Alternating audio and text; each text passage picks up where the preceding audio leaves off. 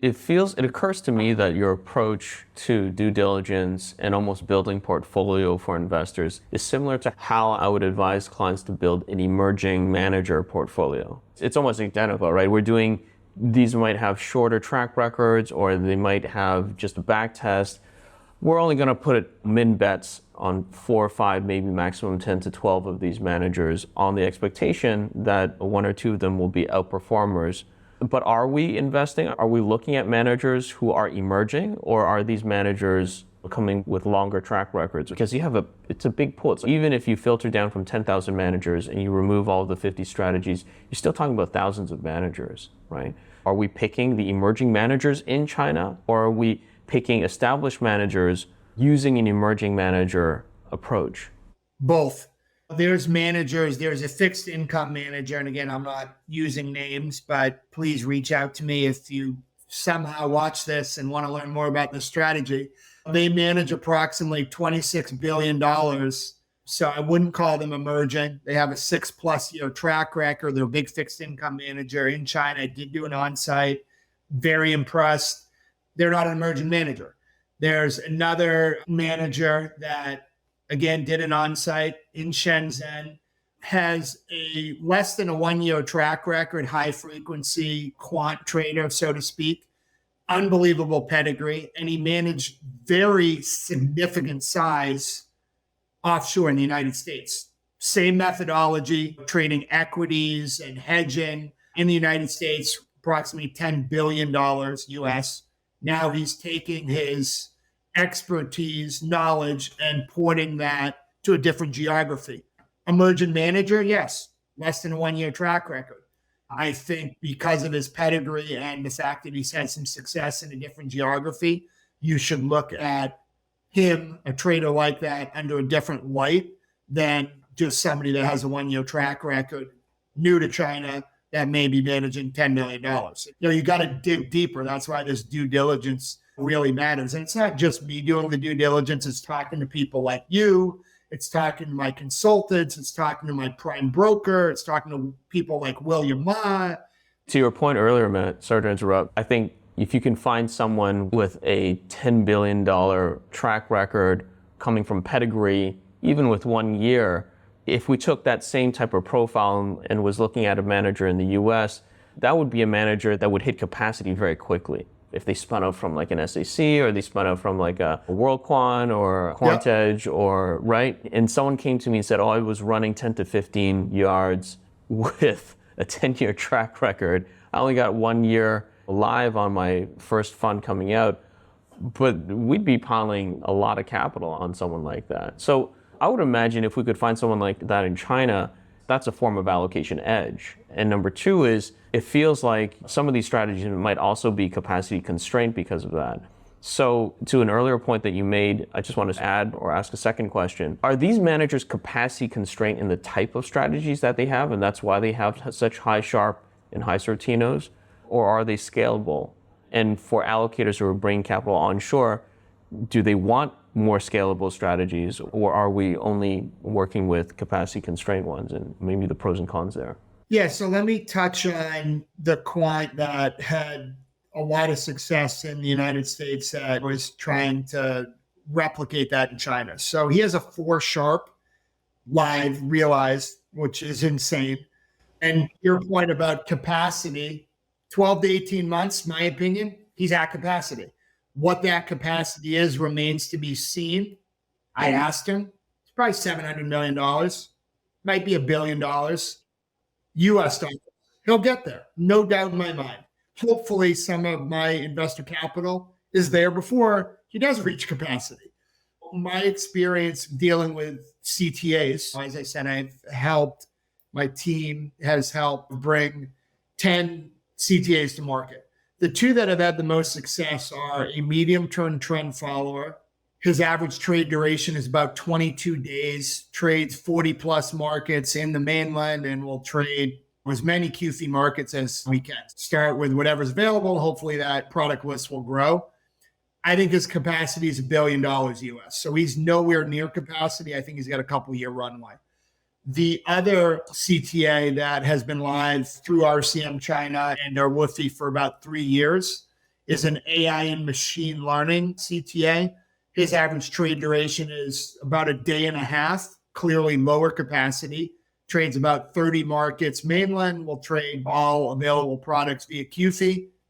I think his capacity is probably, I don't know, $400, $500 million, not even close. It depends on the strategy. Obviously, higher frequency strategy, it's going to have lower capacity. 5, 6, 7, 8 sharp, which I'd love to meet every one of them, they're going to have a lower capacity. What I think is unique about the offering and the collaboration between RCM China and OP, which if we want to talk about for a moment, is our process, your team's institutional pedigree, my team's institutional pedigree. And typically when an investor looks to go to China, you would think that you're paying 2 and 20, and then you get a group like OPIM or RCM China involved. There's fees on top of that. It's fees on top of fees. Because our relationships and because the belief that the managers want this offshore capital, they don't have access right now. They know how to make money in country, but they don't have the pipes, the distribution, the infrastructure, the know-how, the bandwidth to educate the investor, put a wrapper, check all the boxes institutionally. We've been able, which this is really good news, to negotiate fees down with these managers, where to access China Alpha at 1.5 and 25, I think is a great deal for institutional global investors. So I'm really excited about what the next couple quarters, what comes of it. I know I spent some time with you and Aaron in Singapore at SALT. This message, this business, it seemed to resonate, unless they were just your friends and they were being nice. I think they like what they heard. And I'm excited about myself and Chris will be in the Bahamas at Apex. You're making a trip across the pond to Miami at iConnections. Over the course of, I don't know, call it 60 days, we're going to get feedback from 50, 60, 70 different investors. And I think we're onto something. I really do. No, I think you're right. A couple of takeaways, and just for the audience, we were in Singapore for the iConnections event just about 3 weeks ago, I think it was. And so it was not just a meet and greet, it was a pretty good conference where allocators came from all over the region to meet with Asian managers, and it's like a newer version or a light version of what happens in Miami. For those of you who know the iConnections event, it's pretty hectic. I'll be there. Matt will be there. We'll be there in January. I believe it's January 29th through to the 31st. And it's going to be hectic. It's like 1,000 allocators and 700 managers or something like that. But they had a light version in Singapore. And I think what was interesting, the takeaway in terms of the feedback on China and QFI was that number one is it really is different. It's arguably alpha, but people are still debating about it, but certainly not tapped exposure yet because offshore investors really can't access it yet, but now they can. The second is that 1 out of 5 of the Asian allocators that we talked to had already started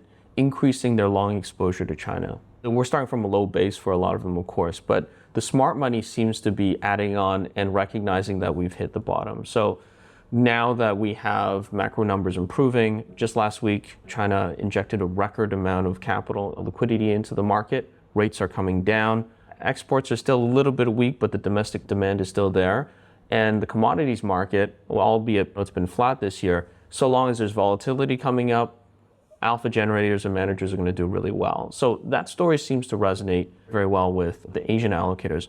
What I'm curious to see is whether or not the offshore allocators will follow suit, or whether they'll need to see big FOMO candles come up in some of the managers they've been monitoring before they put that first subscription in it, right? We were just talking last week. There was a long-only manager that you and I both know. I'm not going to mention names, but they're up 36% this year. And this is a long-only equities manager, right? So the whole overhang of risk real estate, etc. It seems to be obfuscating some really good opportunities here, some of which is CTA and CB that you mentioned. Yeah, no, I'm excited. I've been in the space for 22 years, but just in China for 5, and it's reinvigorated me. I used to have short hair, and I said, well, I would cut my hair when our mainland business got to $1 billion, which it did for a moment, but I didn't cut my hair, and I might grow it until this QFI offering gets to $1 billion, because I really think there's so much potential. I'm never going to do pigtails or braids or anything like that, but it's really it's a mullet. It's definitely a mullet. Yeah. You're looking a bit Gretzky there with that mullet.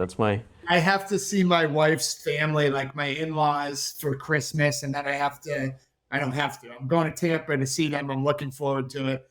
And then we're going up to Boston to see my family. So I have a haircut scheduled for, I think, tomorrow or Friday. Or my wife set up an appointment. I need to get a trim at least.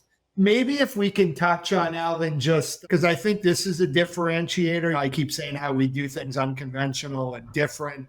Doesn't mean it's right, but different.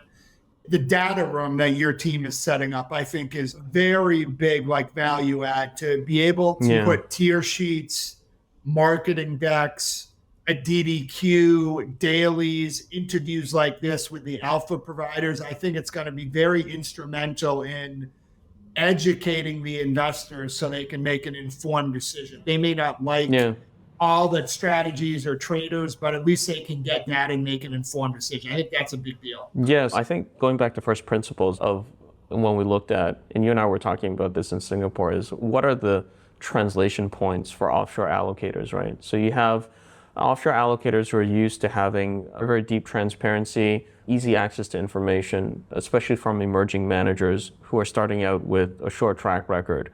So we're like, okay, they're going to be asking for similar things from emerging markets, although these are very established managers. Some of them have 10, 15 years of track record, but they've never put a data room together before. They do have some form of data. They do have DDQs now, but it's still not in a vernacular that translate well into the metrics that offshore allocators are looking for. What we built is like a platform that provides us information that's not only translated from Chinese to English, but more importantly, from how they look at risk to how allocators look at risk, how they look at operational due diligence, segregation of functions, corporate governance, in a fashion that onshore, offshore allocators would understand.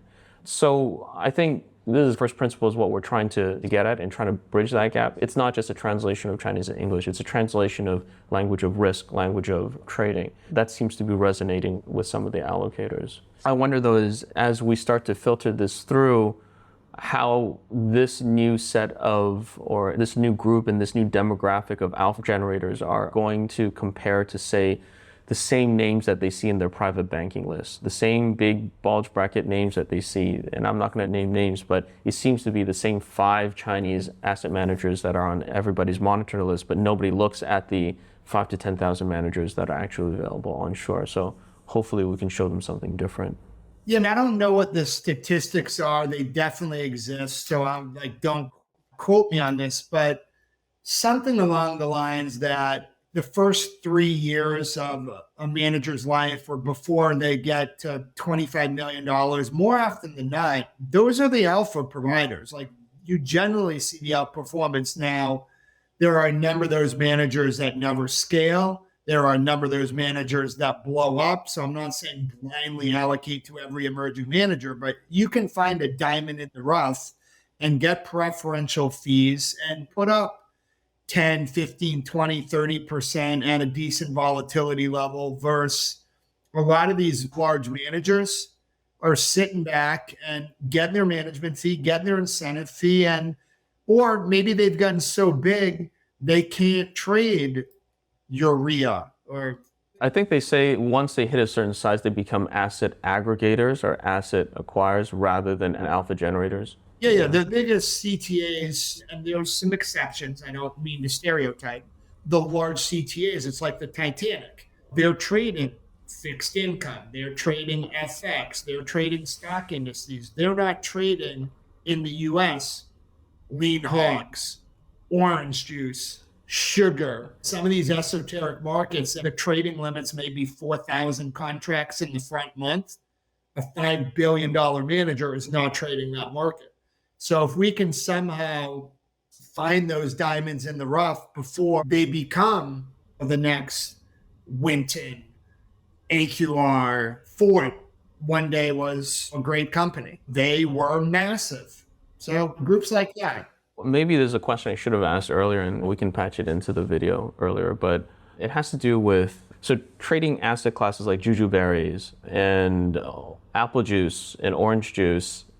These are fascinating markets to be trading in. But it also hurt is that the movements and the reason why systematic trading works in China is because of almost retail-like patterns that we see in the market. Is this true? Because these are also commodities markets that are primarily traded by corporates and larger institutions in China. So why is it that these patterns and the market dynamics are so retail in nature? In the Chinese commodities market, it's predominantly retail. And depending who you ask or your source, there's different statistics. Oh, so it actually is retail. Yeah, I'm hearing 80, 90% of the flow in commodities in China is retail. And certainly the trends last longer. And it's evident. It's not my opinion. And I keep falling back to markets that don't trade anywhere else and just looking at a snippet from Bloomberg, like some of the best performing markets. I think this is over the last 6 months. It might be year to date, but these markets are up 30, 40, 50, 60%. Markets like coking coal, I don't think it trades anywhere else. Glass futures, ferrosilicon, I have no idea what that is. Jujube, coke, soda ash. These are markets that you cannot get access to unless you trade China.